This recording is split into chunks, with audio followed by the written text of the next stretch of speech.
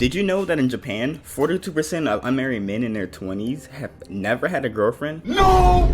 Which would mean that most of these men went through things like middle school, high school, and probably even college without ever laying a finger on a girl. Unless you're an anime protagonist that just so happens to be put into a couple practical course at your local high school, in which students have to demonstrate that they have a necessary skill set to live with a partner of the opposite sex, while the school secretly monitors you and everything that you do. Meet Jiruyaku. Well, as Google Translate says it at least. Seeing that I struggle about 10 times trying to pronounce it, we'll just call him Yaku. Yaku is the main character in anime more than a married couple, but not lovers. In which, yes, you heard the title correctly. It's a school in which they teach their students how to live with someone of the opposite sex and do married couple things, but not an official couple. Your mom's a hoe.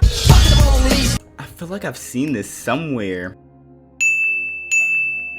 Yaku is an enemy to all men. You see, while he's literally getting some cheats for free, instead of taking advantage of it, he's playing games. So far, Yaku is the basic main character in which he has a crush on his childhood friend, in which he's trying to do everything in his power to confess his burning love to her. However, Yaku gets partnered with someone else named Akari. Now it's weird because this anime seems to not know exactly what it wants her to be. I mean, she looks like someone from My Girlfriend is a Gal, has the attitude of one, and then just instantly goes into senpai mode.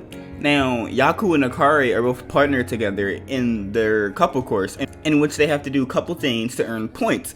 And these points basically show that they're compatible together. And if they can prove that they are a certain level of compatibility with each other, they can switch partners in the end. Now, at first, they're both against the idea of even doing something like this, seeing that they both have their own love interests, but the idea is pretty good in the long run. Which is really weird to me, because instead of having a long, drawn-out anime of help me, help you, help me type of fall in love, it seems to be coming to a rather fast ending. Seeing that before at the end of the first episode, they already show obvious traits of falling in love for each other, or at least being aware that they can fall in love for each other.